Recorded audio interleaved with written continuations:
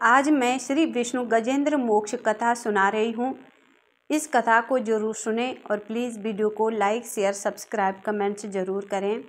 पौराणिक कथाओं के अनुसार द्रविड़ देश में गजेंद्र नामक एक परम प्रतापी राजा राज्य करते थे।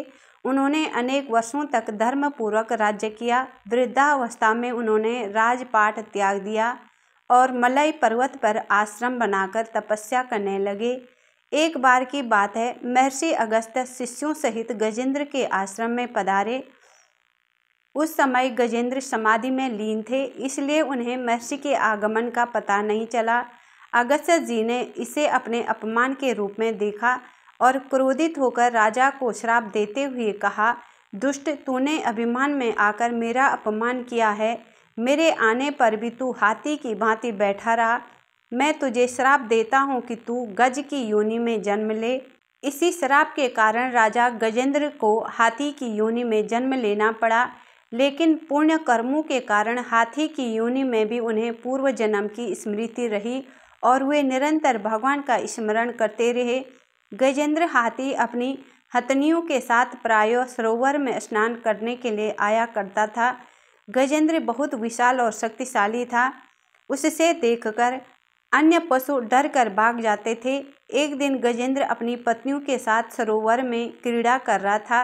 तभी एक विशाल ग्राह मगरमच्छ ने गजेंद्र की टांग पकड़ ली और उसे सरोवर के भीतर खींचने लगा। गजेंद्र ने उसे बचाने का बहुत प्रयत्न किया, लेकिन असफल रहा।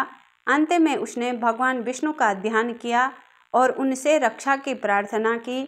उसकी करुणामय स्तुति सुनकर भगवान विष्णु उसकी रक्षा करने हेतु वहां नंगे पैर ही भाग चले आए।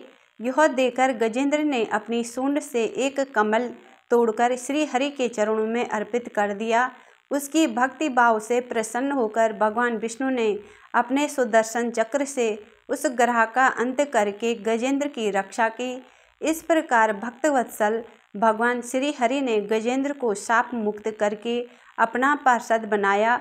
उनके हाथों मृत्यु पाकर वह ग्रह भी मोक्ष का अधिकारी बना। इस प्रकार भगवान विष्णु अपने भक्त की पुकार पर नंगे पांव दौड़कर अपने भक्त की रक्षा करने के लिए आए।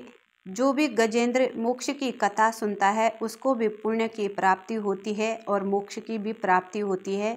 इस कथा को जरूर सुनें और please like, share, subscribe, comments जरूर करें।